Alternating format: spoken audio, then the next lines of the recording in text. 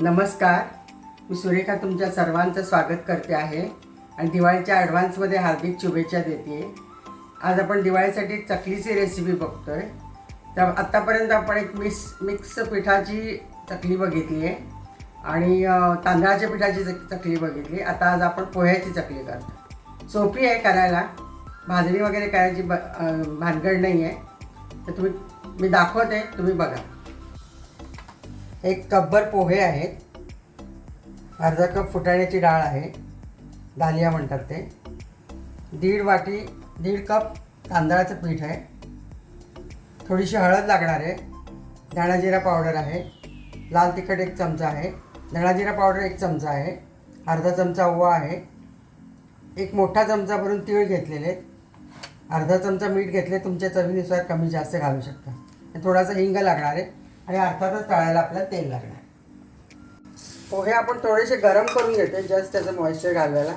आता नुकताच पावसाळा संपला आहे तर ते थोडेसे मॉइस्ट होतात, त्याचं मॉइश्चर घालवायला थोडेसे आपण गरम करून घेतो. ते आपले पोहे गरम झाले. तर आपण ते काढून घेऊ. डाळ पण आपण थोडंसं गरम करतो तर ते व्यवस्थित दळले जाते. 1 मिनिटभरच आपण भाजून घेणार आहे. तर आपण हे डाळं पण झालेलं आहे, तर ते पण आपण काढून घेतो. मी एका चाळणीत काढून घेतले कारण त्याचा ओलावा लवकर निघून जावा म्हणून. आपण दोन्ही मिक्स करून दळून घेणार आहे. थोडंसं थंड झाल्यावर आपण दळून घेणार आहे, म्हणजे त्याचं बारीक पीठ होईल.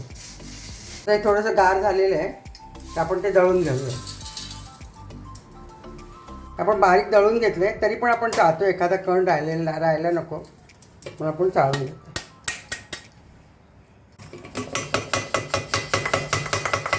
ते मी 1.5 वाटी तांदळाचं पीठ घालते, 1.5 कप तांदळाचं पीठ आहे, ते पण आपण चाळून घेऊया.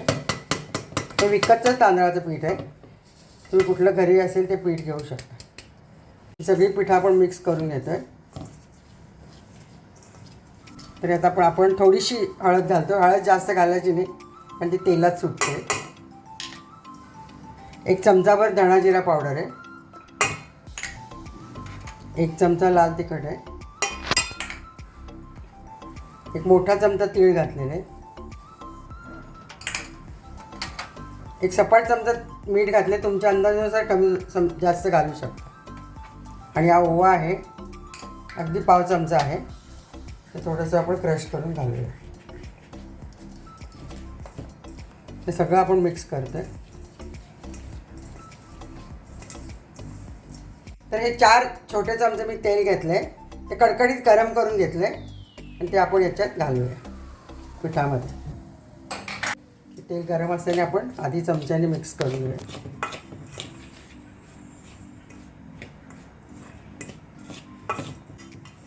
सगळं तेल आपण पिठाला चोळून घेऊया. तिखट मीठ तुमच्या अंदाजानुसार कमी जास्त घालू शकता तुम्ही. आणि थोडासा आपण हिंग घालणार, 1 पाव चमचा, त्याने छान स्वाद येतो. तर ह्याच्यात आपण आता मी 2 कप पाणी घेतलेलं आहे, गरम पाणी. लागेल तसं वापरणार आहे, बहुतेक एवढं लागणार नाही आपल्याला, 1.5 कपच लागेल. तर आपण याच्यात घालून देऊ पिठामध्ये. आपल्याला अजून हे 2 वाट्या पूर्ण आपल्याला पाणी लागणार आहे, 2 कप.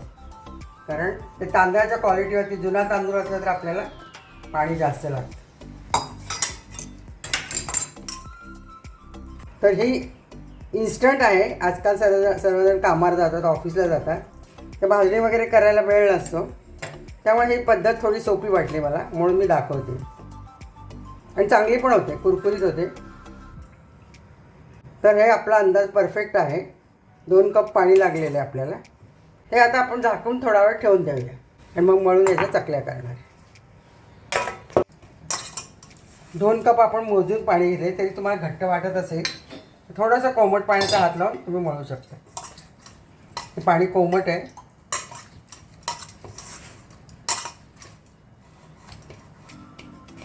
पण मळून घ्यायचं आहे, तर त्याला चिकटपणा येतो. जितकं मळाल तितके चांगले होते.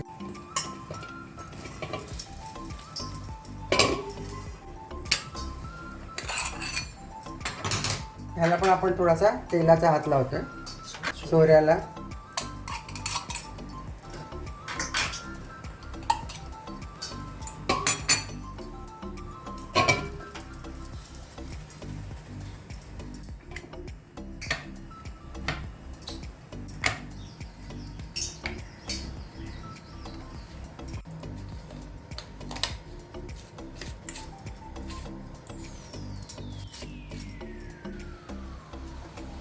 मी चोऱ्याने चकली पाडतो तेव्हा बहुतेक 3 वेळेचीच करते मी. मला तशीच आवडते, फार मोठी नाही फार लहान नाही.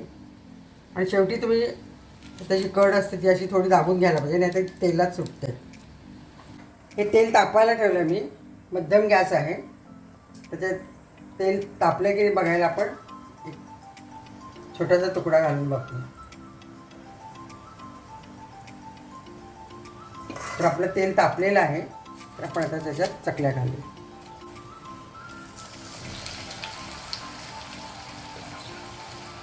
तर मध्यम गॅसवरच आपल्याला तळायची कायम, नाहीतर ती बाहेरून काळी होते. 1 मिनिटभर आपल्याला उलटायची नाही आहे, नाहीतर तुटू शकते.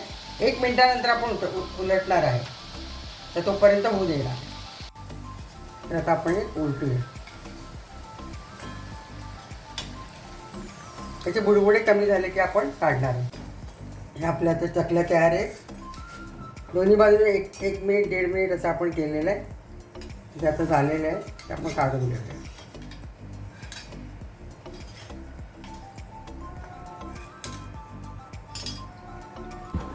अशी आपली कुरकुरीत खुसखुशीत इन्स्टंट चकली तयार झालेली आहे.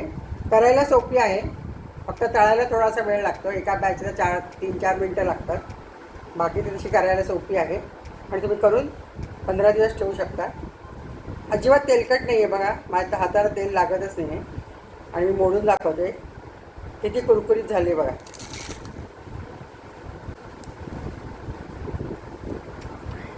तर तुम्ही करून बघा चकली, तुम्हाला नक्की आवडेल. आवडलं तर लाईक करा, शेअर करा आणि माझ्या चॅनलला सबस्क्राईब करा.